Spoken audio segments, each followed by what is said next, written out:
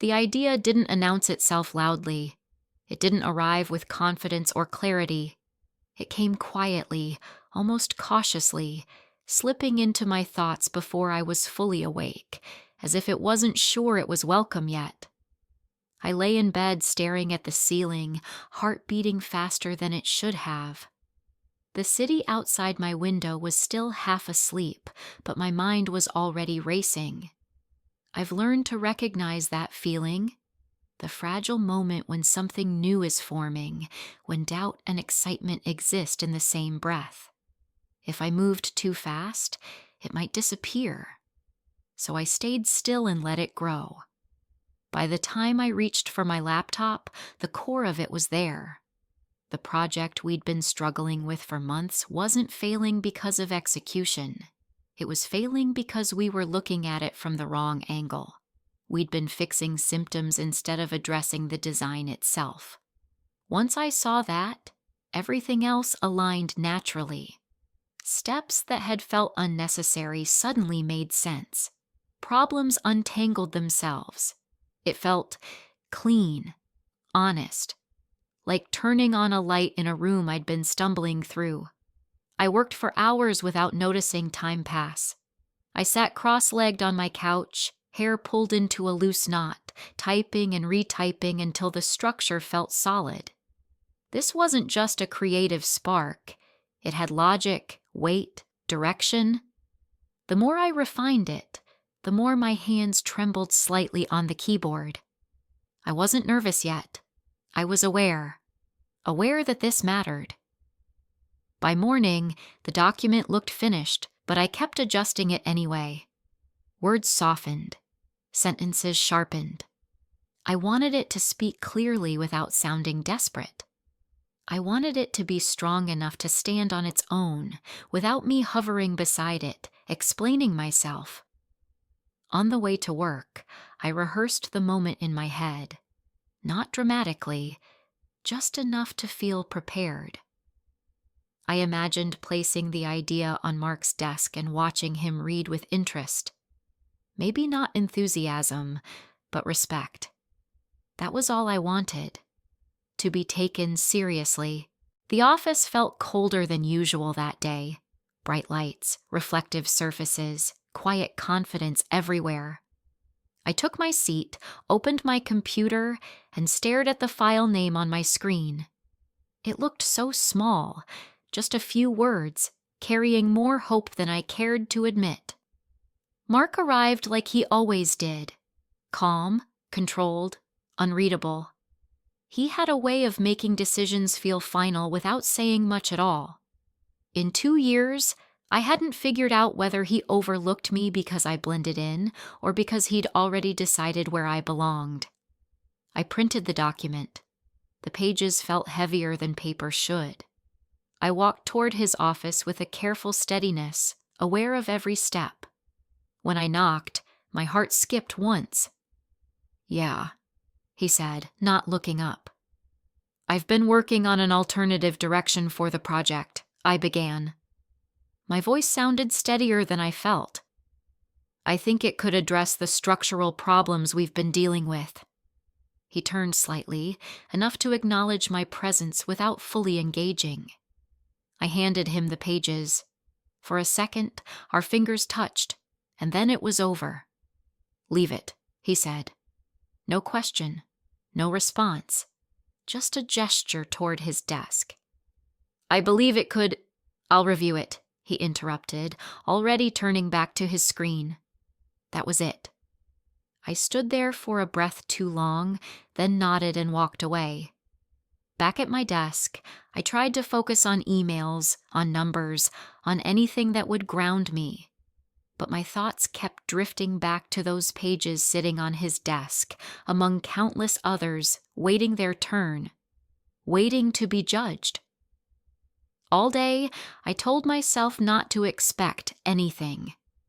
That silence didn't mean rejection. That talent spoke quietly sometimes. Still, when evening came and there was no message, no comment, no sign that he'd even opened it, the excitement I'd felt that morning dulled into something sharper. not disappointment, uncertainty. As I shut down my computer and gathered my things, a thought surfaced that I didn't want to face yet. It hovered at the edge of my mind, uncomfortable and persistent. What if giving someone your idea wasn't the same as trusting them with it? I pushed the thought away as I left the office, unaware that what I had handed over wasn't just a proposal, but the beginning of something I couldn't take back. I didn't see it happen right away. That's the cruel part. If I had been watching, if I had known exactly when the moment occurred, maybe it wouldn't have stayed with me so vividly. But I found out slowly, in fragments, the way you learn about something you were never meant to witness. It started with silence. The day after I handed Mark the document, he didn't mention it. Not in passing, not in a meeting, not through a quick comment by my desk. I told myself that meant he was thinking. Mark wasn't effusive. He wasn't encouraging. He was efficient. Silence, I reasoned, could still mean evaluation.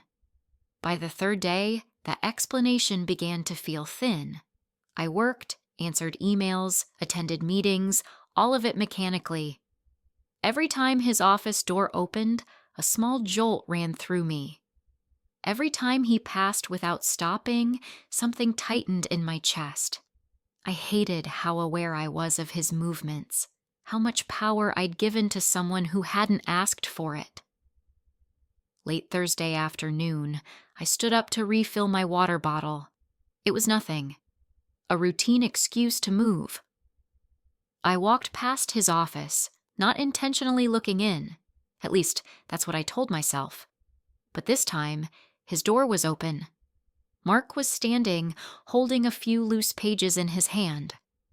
My pages? I recognized the formatting before I recognized anything else. He wasn't reading them. He was barely glancing at them, his attention drifting somewhere beyond the text, as if the words themselves had already bored him. Then he did something that felt unreal. He folded the pages once, slowly, then again. The sound was soft but deliberate. He walked to the trash bin beside his desk and dropped them in without hesitation. No pause, no reconsideration, just paper hitting the bottom of the bin. That was it. He didn't rip them up dramatically. He didn't sigh or shake his head. He simply turned back to his desk and sat down, already moving on. I stood frozen in the hallway, my water bottle empty in my hand. There was no humiliation in his expression, because there was no expression at all. That's what made it worse. It wasn't rejection with purpose. It wasn't criticism. It was erasure. I don't remember walking back to my desk. I remember sitting down and staring at my screen, the cursor blinking patiently as if waiting for my input. I felt embarrassed, but not in the way I expected. No one had seen it happen. No one was laughing. And yet my face burned, as if the dismissal had echoed through the entire floor. I kept asking myself ridiculous questions. Had he misunderstood it? Had I explained it poorly? Was it too ambitious? Too naive? Or worse, had it been so obvious to him that it wasn't worth acknowledgement?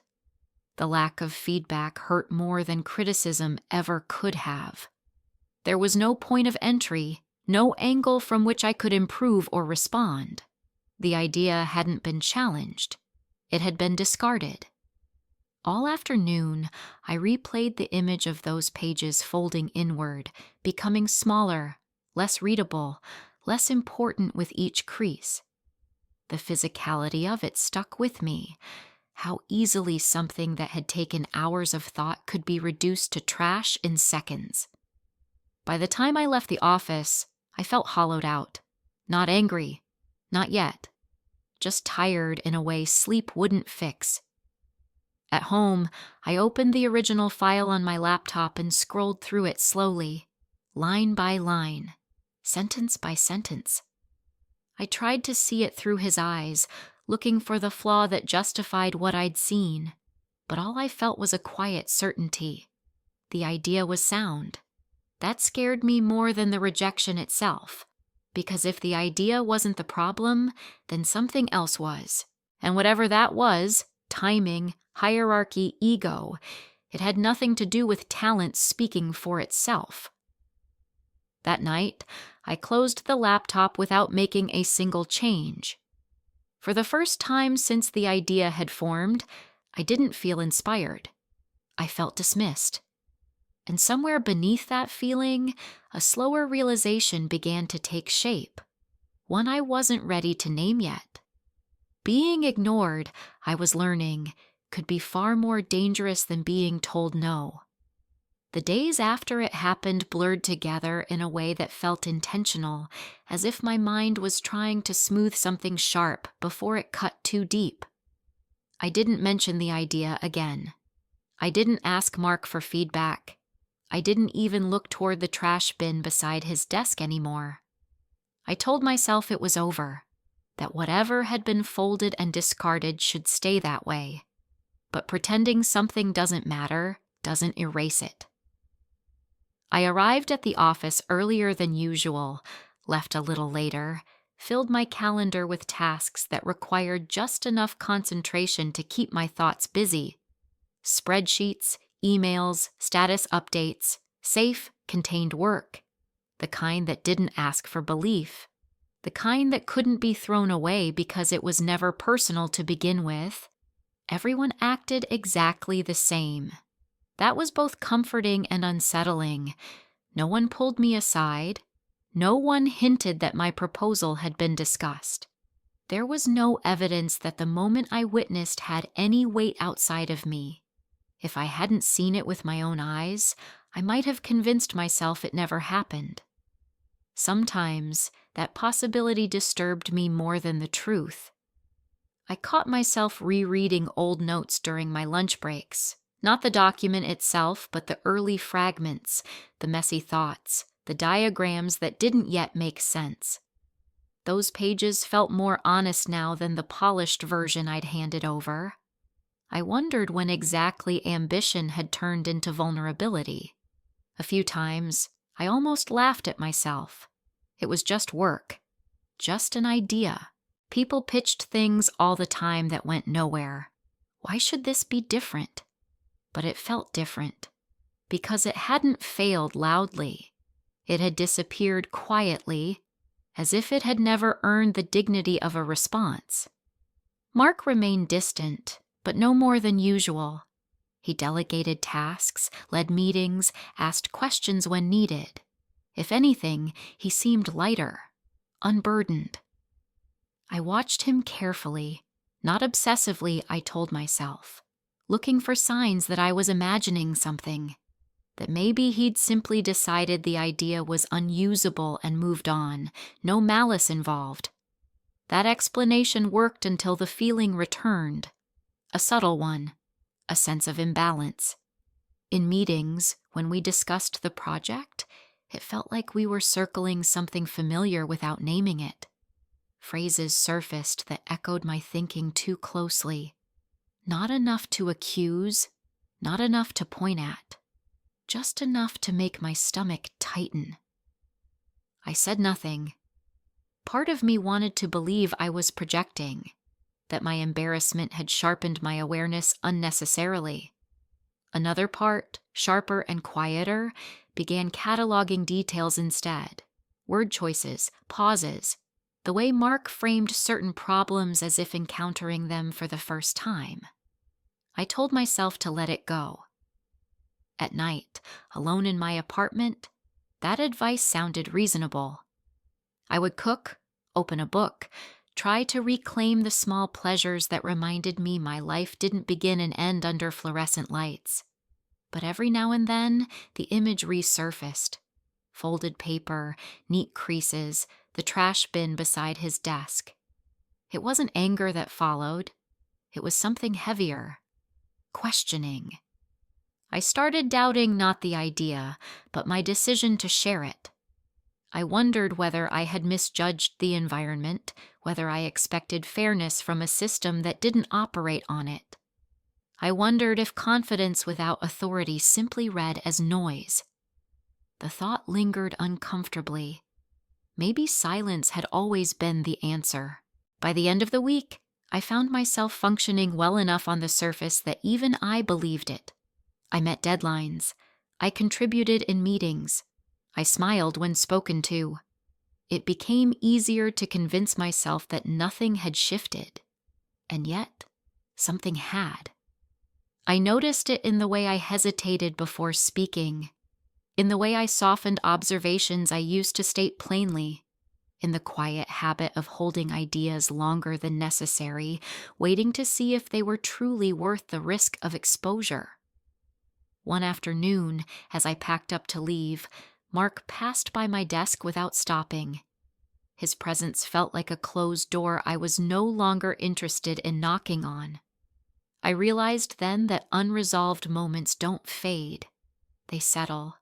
They change how you move, how you speak, how much of yourself you're willing to place on a table and leave unattended. I still told myself to let it go, but deep down, I knew better. What lingers unanswered has a way of resurfacing, and whatever had been thrown away that afternoon wasn't finished with me yet. The meeting appeared on my calendar without warning, dropped into the middle of an otherwise ordinary Wednesday morning. A full department sync. Mandatory attendance. No agenda attached. That alone should have made me uneasy, but meetings without context had become routine under Mark. He liked surprises, or maybe he liked control. It was hard to tell the difference sometimes. I took my seat in the glass-walled conference room a few minutes early, notebook closed, coffee untouched. People filtered in slowly, dragging chairs, murmuring about deadlines and clients. Mark arrived last, as usual, carrying a thin stack of papers under his arm. He didn't look at me. That shouldn't have mattered, and yet I felt it immediately. A faint tightening in my chest, the kind that signals attention before thought catches up. I shifted in my chair and straightened my posture, telling myself I was being sensitive. This was just another meeting. Mark stood at the head of the table and cleared his throat. "I want to talk about a new direction for the project," he said. Calm, casual, as if this decision had emerged fully formed, without effort. My pen froze above the page. He turned on the screen behind him. A slide appeared, simple, structured, and painfully familiar. It took me less than 3 seconds to recognize it. The framing, the core premise, even the order of ideas. It was all there. Not identical, not copied line for line. Something had been stripped away, softened, simplified just enough to sound like it had always belonged to him.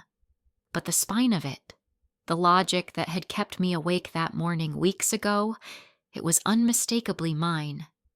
My idea, presented like a discovery. The room leaned in. Mark spoke steadily, outlining the proposal with confidence that hadn't been present when he'd folded those pages and dropped them in the trash. He talked about inefficiencies, about perspective shifts, about recentering the design instead of troubleshooting symptoms. His words skimmed the surface of concepts I knew intimately.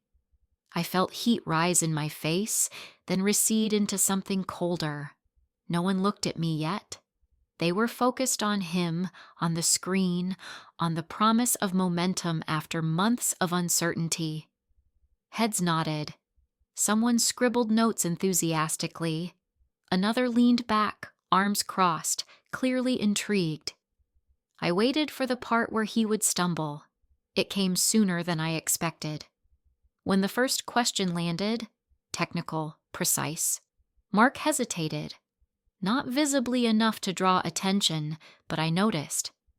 He answered, but the explanation curved slightly off course. The logic bent where it shouldn't have. A second question followed, and this time he took too long to respond. I knew the answers before the questions were fully formed. My hands rested flat on the table to keep from moving. As the discussion continued, small gaps appeared, missing details, transitions that didn't quite connect. The careful balance I had worked so hard to maintain was wobbling in his retelling. People began exchanging glances, not skeptical yet, but curious, alert. And still, no one looked at me. I felt invisible in the strangest way, not ignored, but overwritten. The idea lived in the room now, detached from me, spoken in a voice that wasn't mine, simplified by someone who hadn't carried its weight. Mark paused, scanning the room. "Any thoughts?" he asked. Silence stretched for half a beat too long. I stared at my notebook, at the blank page, aware of my breathing, of the slow drumbeat of my pulse in my ears. This was the moment. I could feel it settling, solid and unavoidable. If I stayed quiet, the idea would move forward without me. It would succeed or fail in someone else's hands, and I would disappear from it entirely. If I spoke, everything would change. Not necessarily for the better. My gaze lifted on its own. Several people turned toward me then, not with expectation, just habit. I was usually thoughtful in meetings, reliable, not disruptive. Mark's eyes met mine for the first time since he'd stood up. For a fraction of a second, something passed across his face. Surprise, maybe, or recognition. I inhaled slowly, steadying myself. Before I could say anything, Mark continued, pushing the discussion forward, filling space. He spoke louder, firmer, as if reinforcing ownership through volume alone. But the room had shifted. I could feel it in the air, in the way attention hovered instead of settling. People were no longer just listening. They were assessing.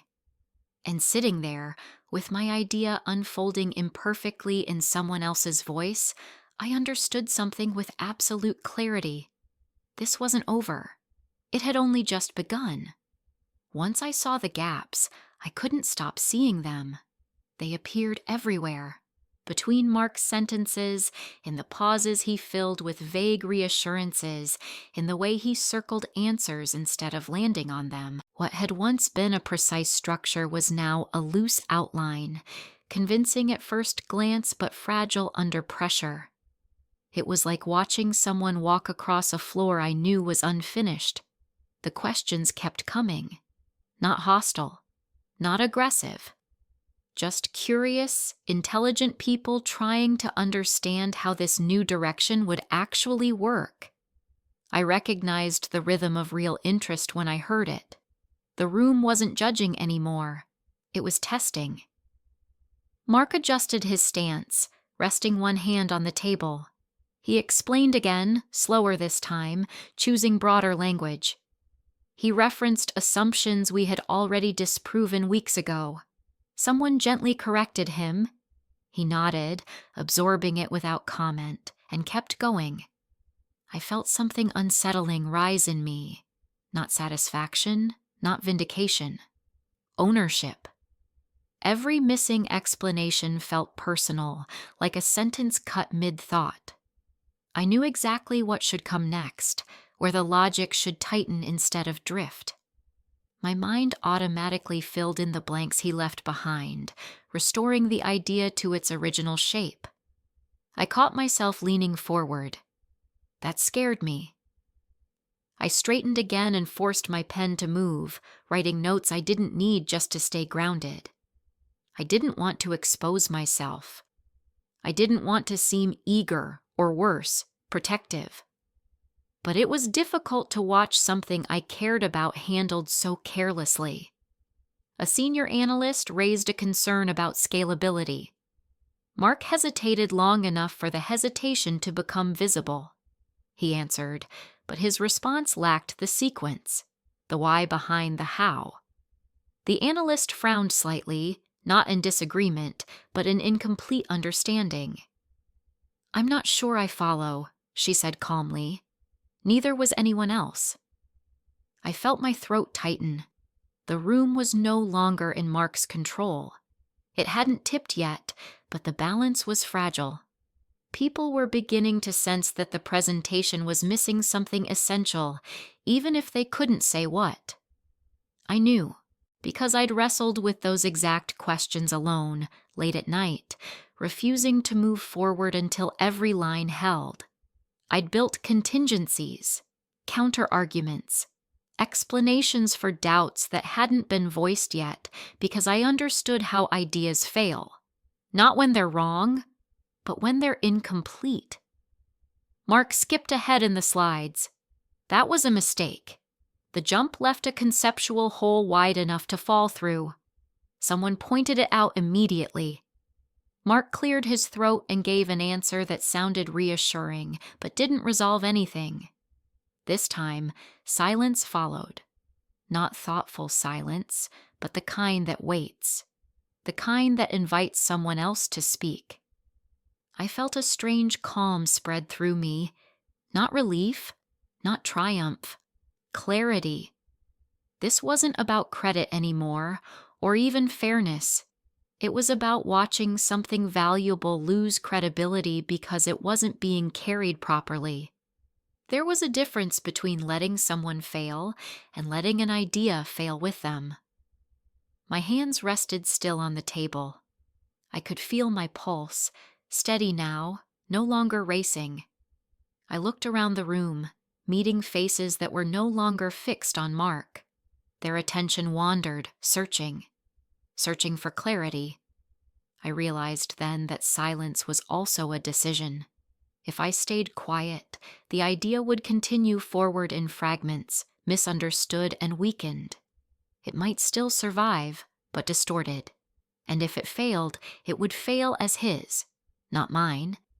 But if I spoke? I glanced at Mark. He avoided my eyes entirely now. I wasn't angry. I wasn't nervous. I was aware of the weight of the moment, of how much could shift with a single sentence spoken in the wrong tone at the wrong time. I chose to wait, just a little longer. Another question surfaced, this one more specific than the others, and this time Mark's answer was wrong. Not disastrously, but undeniably. The logic contradicted itself. I saw it immediately, the way a musician hears a wrong note before anyone else does. Someone looked toward me instinctively. I hadn't realized I'd become that obvious. The room quieted again, expectant now, not confrontational, curious, open. And in that stillness, I understood something I hadn't before. The missing pieces weren't just details he'd overlooked. They were the parts that required living with the idea long enough to earn them. They couldn't be skimmed. They couldn't be improvised. They had to be known. I took a slow breath, feeling the weight of choice settle fully into my chest.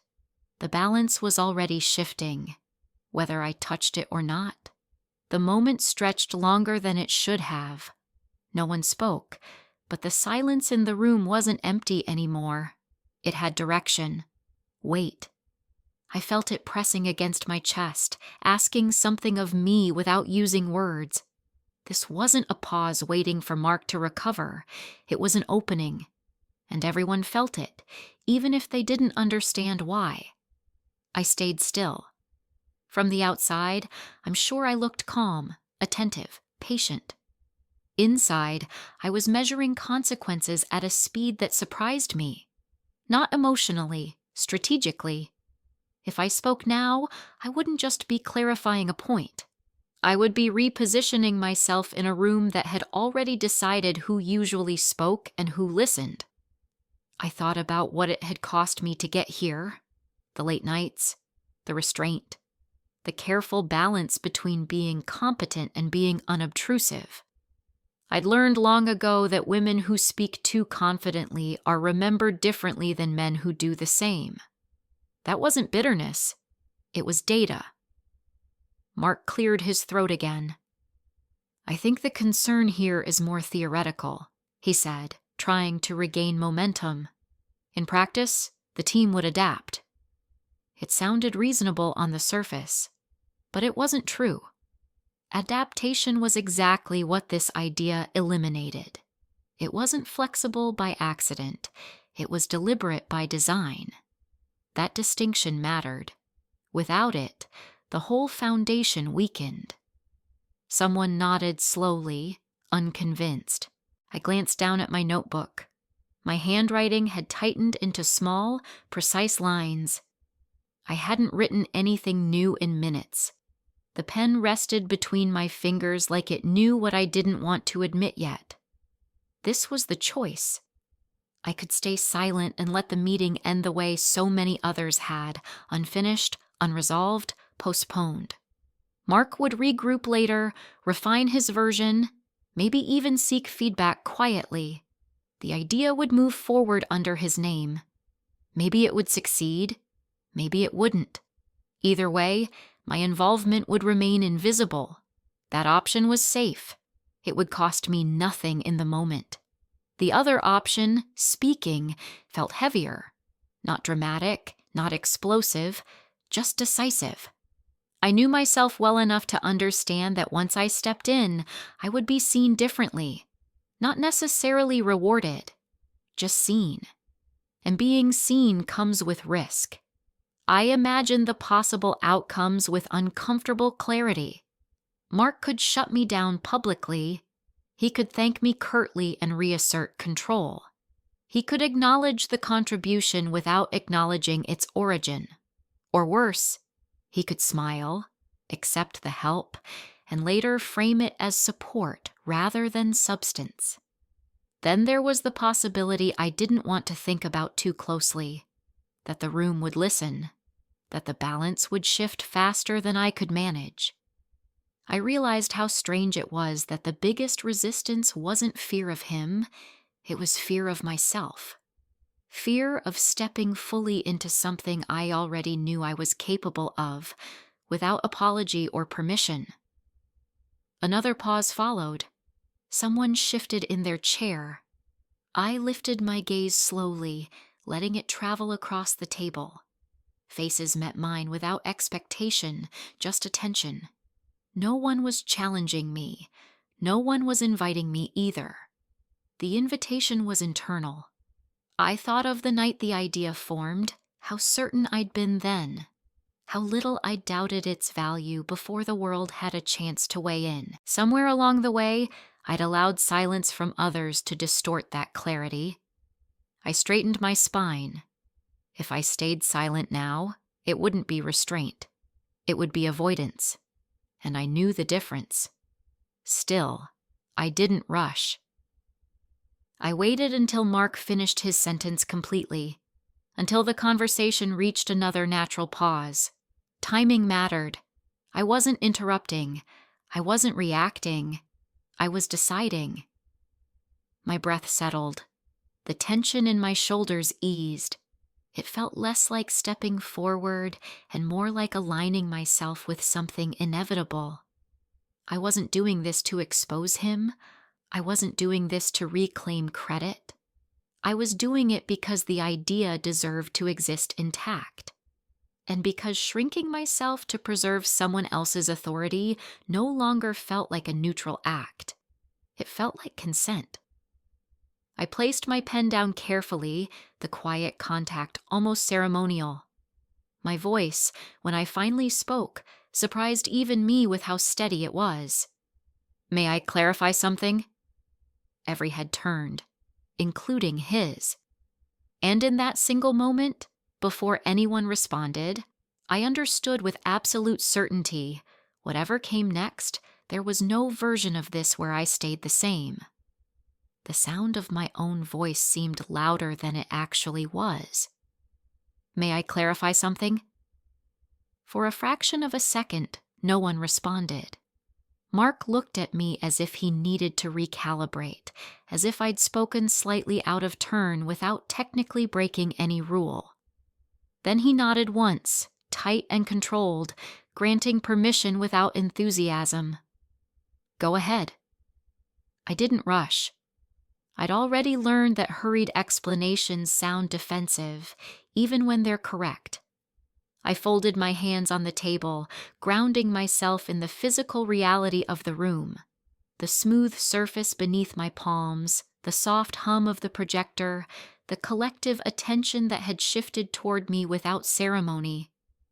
The concern about adaptability, I said evenly, comes from assuming the framework needs to be adjusted in response to variables.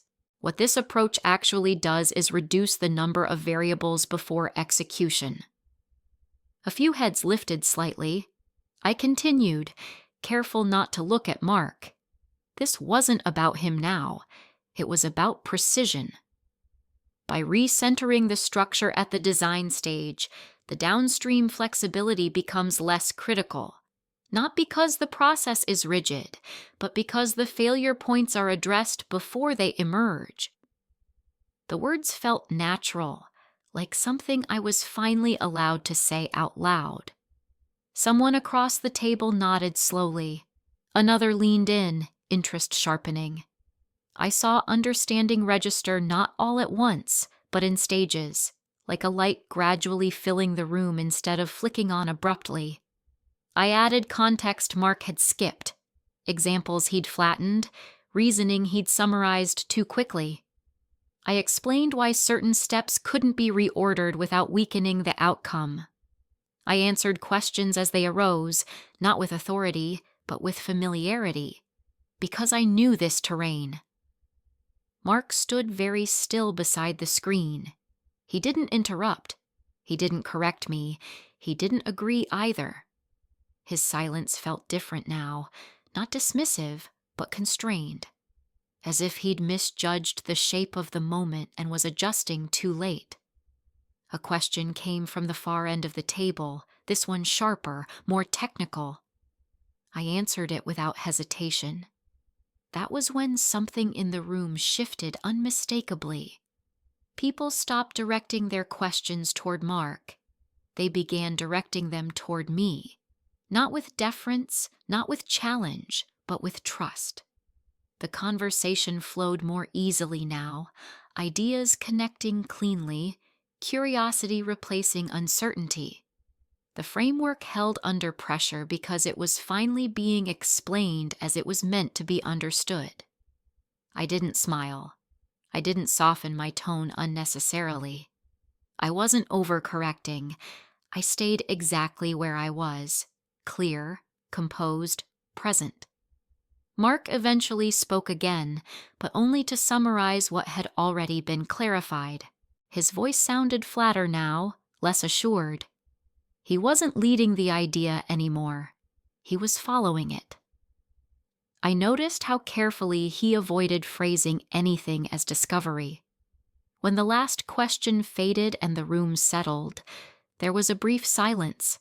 Not the uncomfortable kind, but the satisfied one. The kind that follows coherence. "Well," someone said lightly, "that makes things much clearer." A ripple of agreement followed. Mark nodded once, restrained. "Yes," he said. "Good clarification." I didn't respond. Not because I was offended, but because I didn't need to fill the space. The clarification had already done its work. As the meeting wrapped up, people gathered their things more slowly than usual. A few glanced at me with expressions I hadn't seen before: curiosity, respect, something close to recalibration. One colleague caught my eye and gave a small, knowing smile. Mark avoided looking at me entirely. As we filed out of the room, I felt strangely light, as if something heavy had finally been set down. I hadn't raised my voice. I hadn't accused anyone. I hadn't claimed ownership out loud. And yet, something essential had been reclaimed. Walking back to my desk, I realized the most surprising part wasn't that I had spoken. It was how natural it felt once I did, like returning something that had been misplaced, not taken, just left unattended. Behind me, the conference room emptied. Ahead of me, the office felt subtly altered, though nothing visible had changed. The same desks, the same lights, the same hierarchy on paper. But authority, I was learning, wasn't always announced. Sometimes it simply moved. I didn't notice it all at once. The change wasn't loud or dramatic. No one announced it. There was no moment where people turned their chairs toward me or openly questioned Mark's authority. If you weren't paying attention, you might have missed it entirely. But I was paying attention. I had learned how. It started with eye contact. In the hours after the meeting, people stopped glancing past me when they spoke. They looked directly at me instead, as if checking for confirmation without realizing they were doing it. Not interrupting, just orienting. Subtle recalibration. The kind that happens instinctively, not intentionally. At my desk, I opened emails I'd already read twice and pretended to work while taking mental notes. The air felt different. Lighter, maybe, or more alert. Conversations nearby carried a different tone. Not gossip, not excitement, but quiet assessment. Authority doesn't collapse. It thins. Mark walked past my desk mid-afternoon and paused, just briefly, like he was deciding something. For a second, I thought he might speak. He didn't. He nodded once, stiff, and kept going. The nod lingered longer than the absence of words. Later, during a smaller follow-up discussion, someone asked a question about timelines and implementation. It was addressed to the group theoretically. Practically, they were looking at me. I answered simply. No explanation of why I knew. No preamble. Just clarity. No one questioned it. That was when I felt it fully. That quiet shift of gravity when a room stops testing and starts trusting. It doesn't announce itself. It settles, undeniable once it does. You feel it in the pace of conversation, in the way your words aren't weighed anymore, just accepted and built upon. Mark contributed less, not because he was excluded, but because the momentum no longer required him to lead it. He became careful, more precise with his phrasing, more reserved. It was as if he was suddenly inhabiting a structure that no longer bent around him. I knew this wasn't humiliation. It was something more unsettling. Irrelevance, even briefly, can feel like exposure. Someone stopped by my desk near the end of the day, then another. Casual questions, framed as curiosity, but carrying something beneath them. Recognition. One colleague said, "You explained that really clearly this morning," as if it had surprised them, as if they were updating their internal map. I thanked them and stayed neutral. I didn't correct assumptions. I didn't trace the idea's origin. I wasn't interested in retroactive credit. The recognition unfolding now wasn't about titles or declarations. It was organic, and therefore harder to undo. I caught Mark watching me once from across the floor. Our eyes met for half a second. He looked away first. That detail mattered more than I expected. For the rest of the day, I focused on my work, not to distract myself, but to anchor myself. I refused the temptation to overperform now that attention had shifted. That instinct can undo everything. Confidence holds. It doesn't rush. By the time evening came, I felt tired in a satisfying way, not drained, but complete. Like something internally misaligned had finally corrected itself without force. As I packed up my things, the office looked the same. Same desks, same lights, same quiet churn of productivity. But I knew better now than to confuse appearance with distribution of influence. Power doesn't always resist when it moves. Sometimes it simply withdraws. On the way out, I passed the conference room again. The door was open, empty now. The screen still showed the final slide, text I recognized easily. I paused for a moment, looking at it without attachment. It no longer felt fragile. It no longer felt stolen. It felt settled. And walking toward the elevator, I realized something that surprised me. Not triumph, Not satisfaction, but calm. The room had changed. Not because I demanded anything, but because I stepped fully into what I already was. I expected the confrontation to be louder. Tension often announces itself with raised voices, sharp words, closed doors. I imagined Mark calling me into his office. Imagined the practiced calm he'd use to reassert control, the careful phrasing designed to remind me of my place without ever naming it outright. That didn't happen. Instead, there was silence. The kind that follows when two people are both aware something has shifted and neither is sure how to address it without acknowledging what was lost. We worked in parallel for the rest of the day, avoiding each other with an efficiency that felt deliberate. No emails, no comments, no acknowledgement of the meeting beyond procedural follow-ups. It was almost elegant. I stayed late, not because I needed to, but because I wanted to finish the day without rushing. The office thinned out gradually until the hum of computers replaced conversation. I was saving a file when I heard footsteps behind me. Emily. His voice was neutral, controlled. I turned my chair slowly.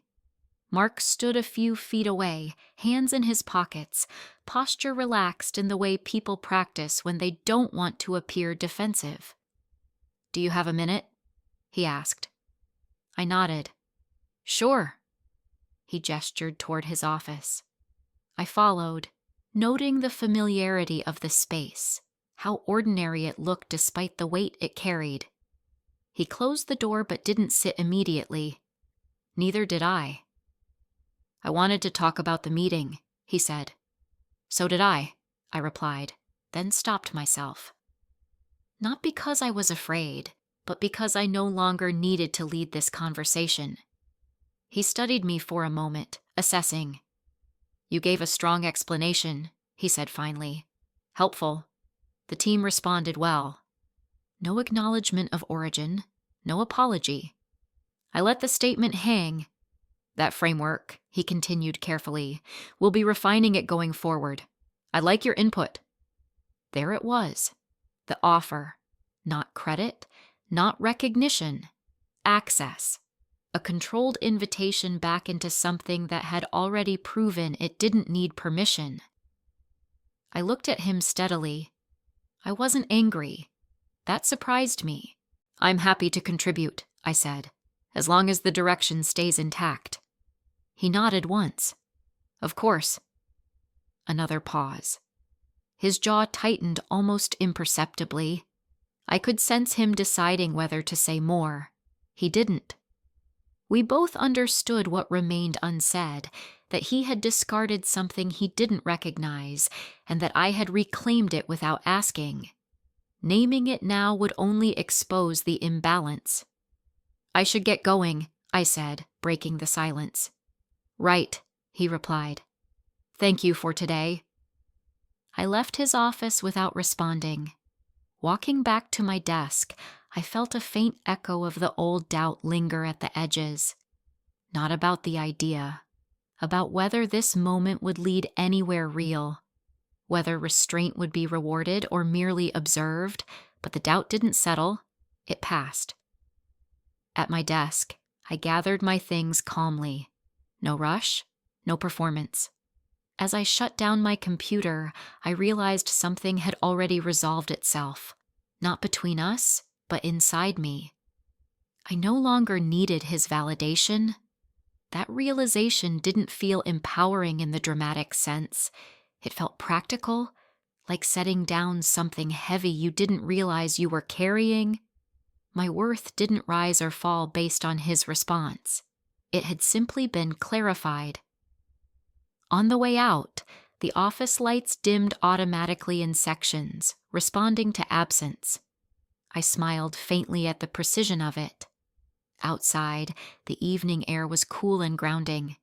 The city moved around me as always, indifferent, alive. People hurried by without noticing me, and for once, the anonymity felt like freedom instead of erasure. Mark had tried to save face. I had let him, not out of kindness, out of completion.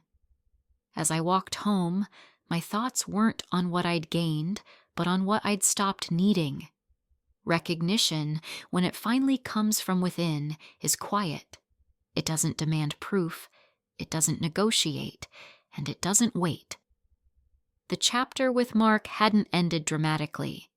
It had narrowed, softened, lost its grip.